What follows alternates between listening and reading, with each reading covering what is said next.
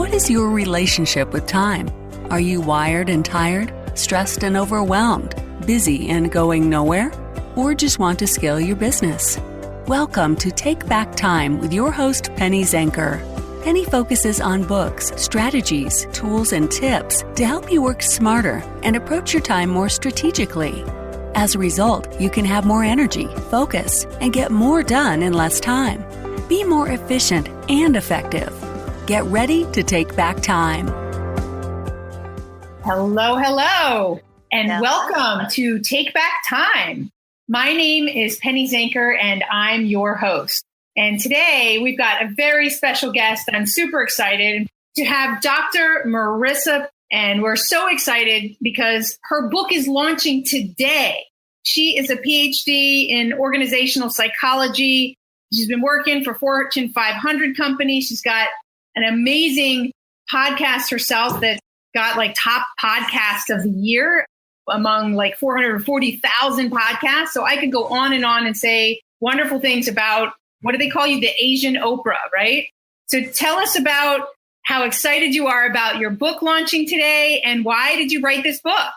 Well, thank you, Penny Zenker, so much for having me here to give a little preview and celebrate my launch day and birthday and just celebrating life. And actually, just a preview, you are going to be on my show in 2 hours. So it's going to be a day all about happiness and time and living our best life. So 8 Ways to Happiness from Wherever You Are is birthing today. It did take me 9 months to write it. And yes, they do call me the Asian Oprah because Michael Bernard Beckwith, one of the teachers on The Secret, founder of Agape International Spiritual Center, he introduced me to Oprah when she came to Agape as this is the Asian Oprah. He dubbed me that name. And she looked at me, smiled, looked down and said, "Nice pants." And it took every part of me not to say, "Do you want them?" Like, I'll take them off. But I realized I didn't have any panties on, so it would have been ugly. Anyways, I shouldn't have said that. That's TMI. Anyways, this book is self-help on steroids. So it comes from not a place of, I know more than you. It comes from a place of, I know if you've had past pain, if you have future fear, if you have ever felt like you're not good enough, you're not worthy, the voices in your head, you'll never amount to much, you've been hurt as a child, if you've had hurt as an adult, and I know it. I get it. I spent decades shoving all that stuff down and not dealing with it and thinking you can't change the past, so why bother? And realizing around midlife opportunity time that what you don't deal with will come back and deal with you. And I realized too that I am one of the majority. 7 out of 10 of us, as many as 8, as my honorable moniker will say, have past pain, grow up in dysfunctional homes. So why are we saying that there's something wrong with us, that we're like behind the 8 ball, that we will never catch up? That's BS. That's a belief system that keeps us unhappy and completely stuck in our pain, marinating in it. And I had enough. And so I got to that moment of, is this all there is? This is what life is? Going to spend my entire life trying to catch up to something that I don't even think is possible, which is happiness, and realized that I could either blame and shame and feel bad about what happened, or reframe and look at pain in life as something that helps me chisel into even greater and more beautiful good, and that all pain in life serves as a touchstone for us, number 1, to grow and expand, and number 2, to help others who are going through similar things. And totally. I want to stop you there for a minute because I want to talk about your book, because one of the things that I love about the book, because I've read it, and you said to stop pushing it down. Like a lot of people, they read this positive psychology and they think it's all about positive, positive, positive, like ignore what's happened. And that's what I love about your book is you're not saying that at all. No. Is you're really saying, let's embrace it. Let's really feel it deeply.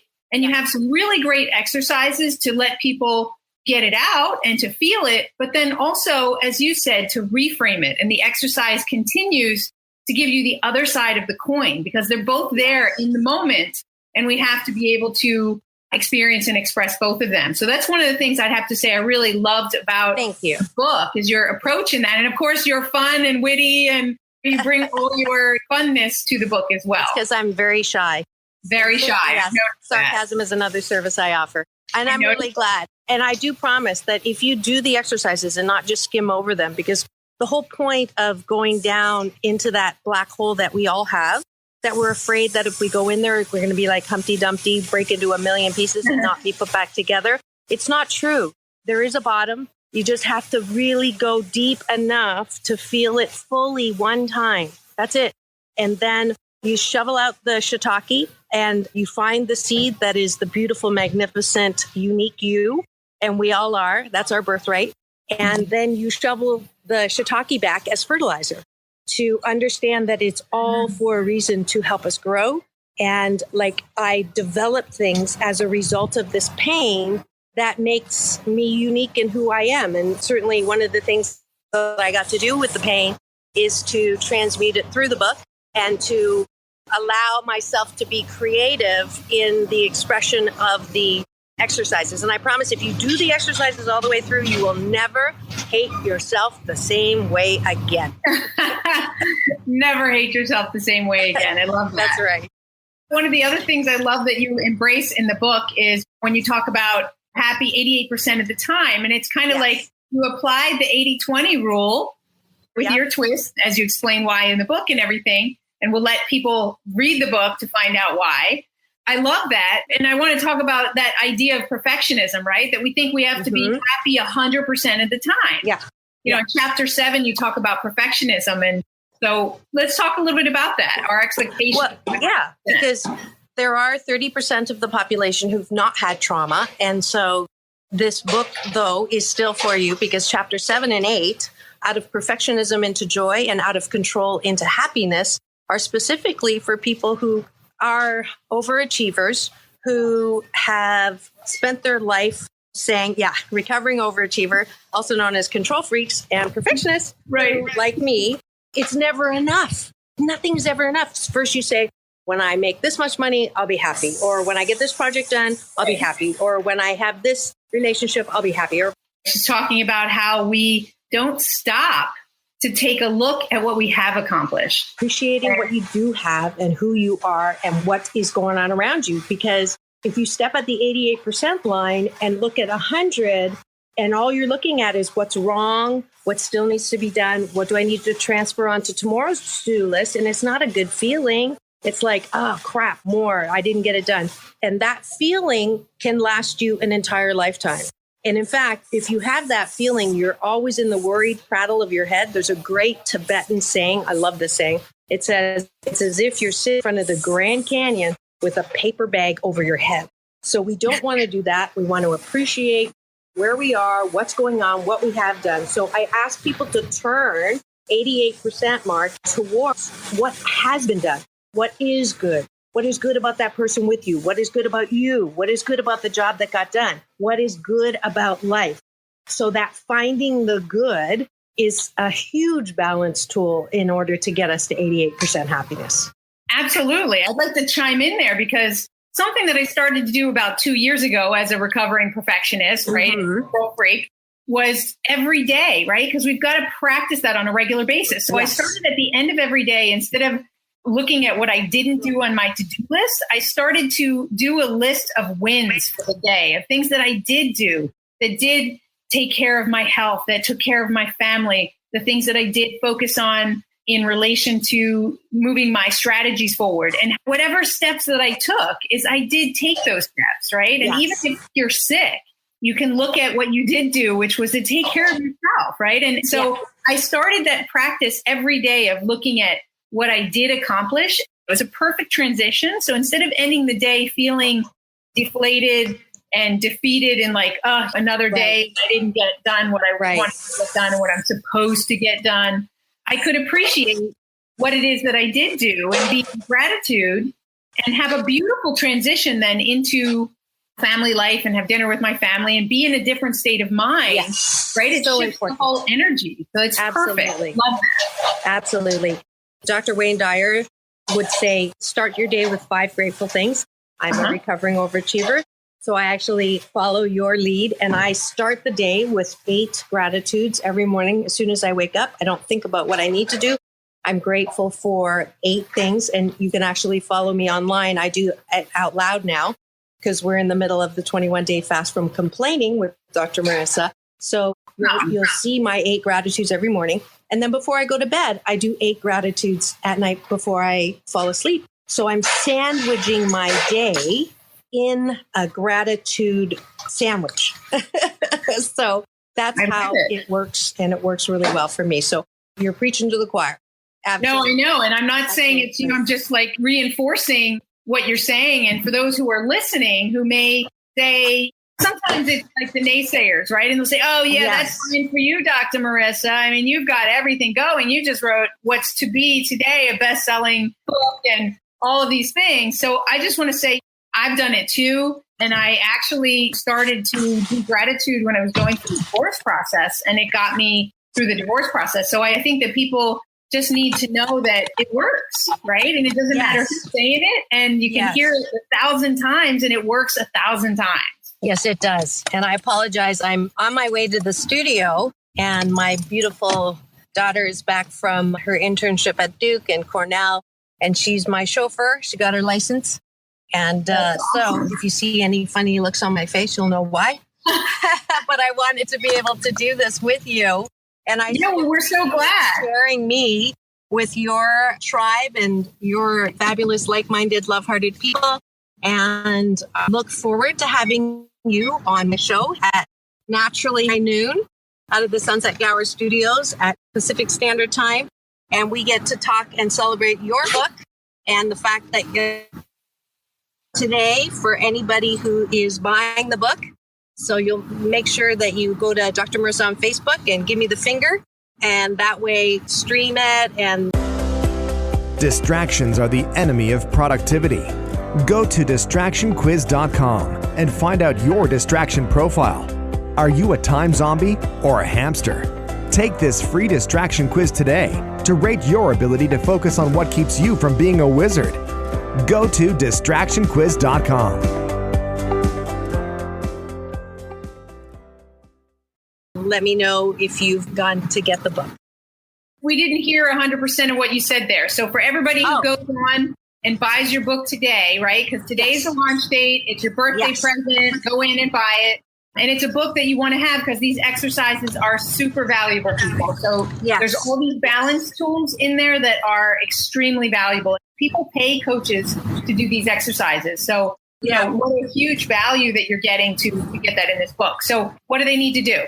So they need to go to 8waystohappiness.com, which is a direct link into Amazon, unless they are able to go to a book signing that I'm having 6 signings in 4 days, in the next 4 days. If you're from Denver, would love to see you on Thursday at 7 at the Tattered Covers in Aspen Grove, Littleton, Colorado.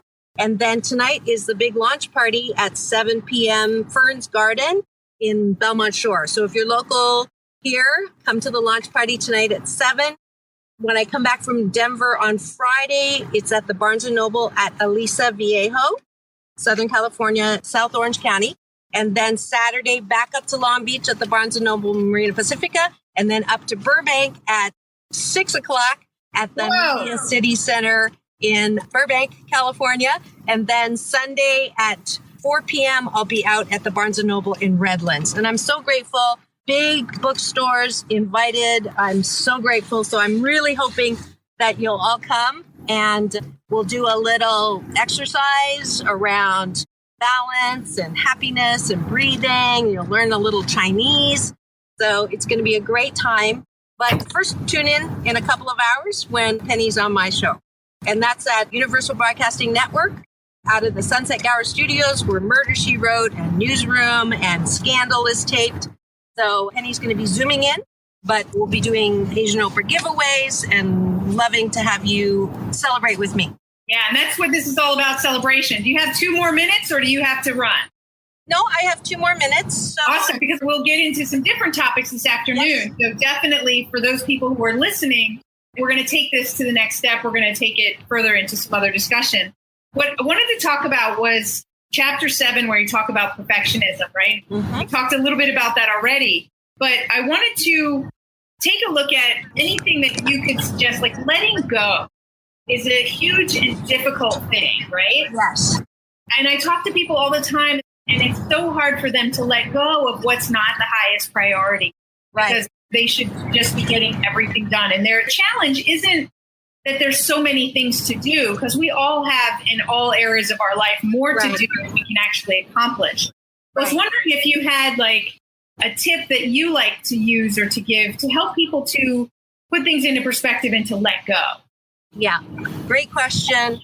Sometimes we get stuck when we can't let go because of the principle of it.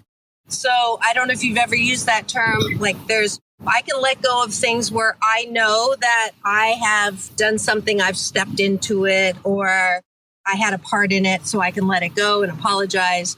But if someone has offended me, or if someone has done something to me that violates the principle of it, and I can't let that go, and so I spend a lot of energy, I'll stay up all night writing a note. If they can just hear me or understand me, then they'll understand where I'm coming from, and then they'll apologize, which will never happen.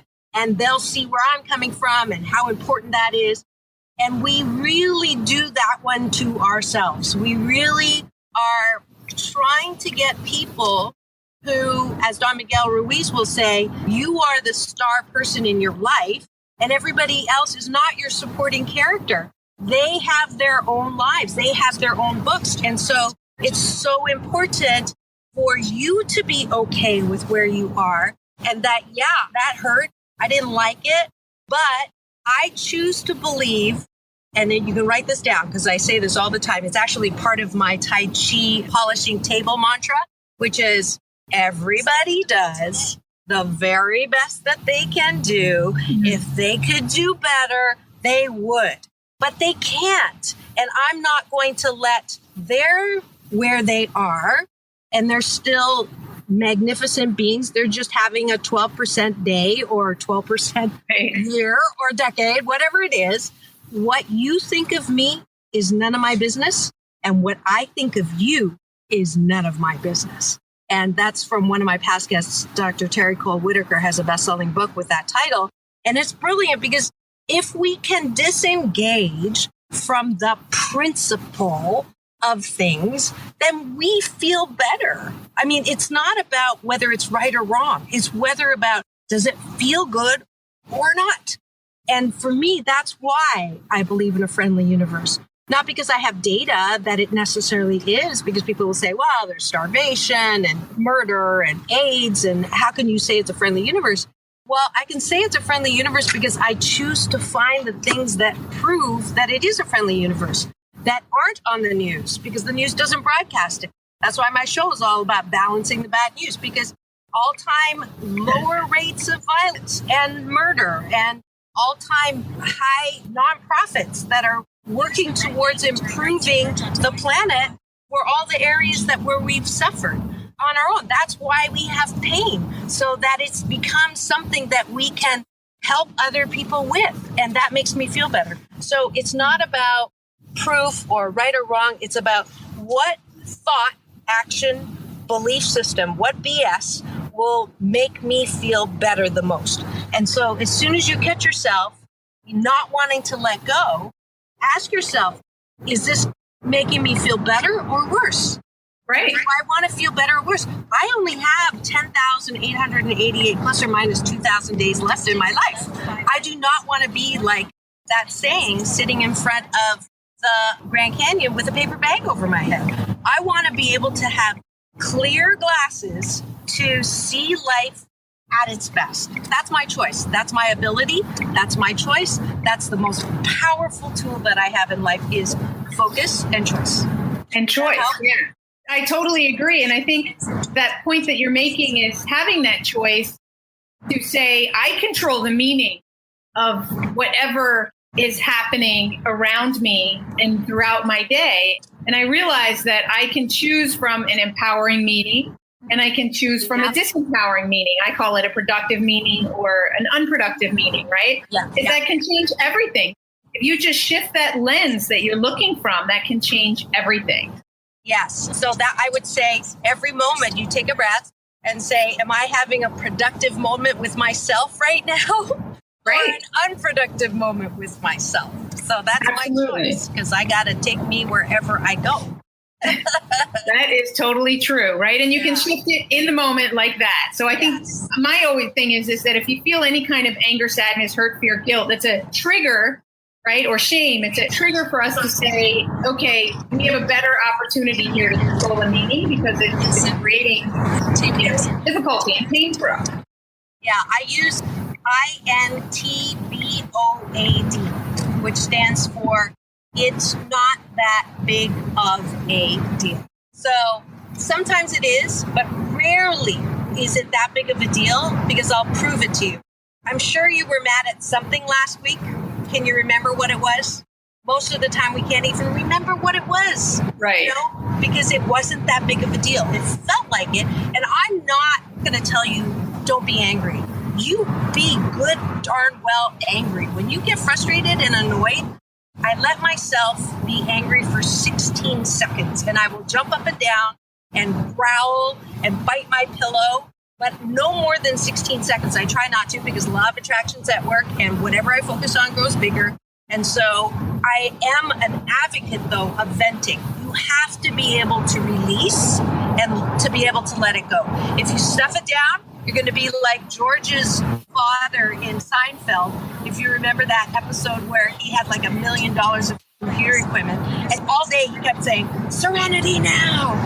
Anytime anything happened. So he shoved it down. By the end of the day, he lost it and destroyed all of the equipment, because he did not release what he needed. We're human. We get pissed. We get annoyed. We get frustrated. Just don't marinate in it.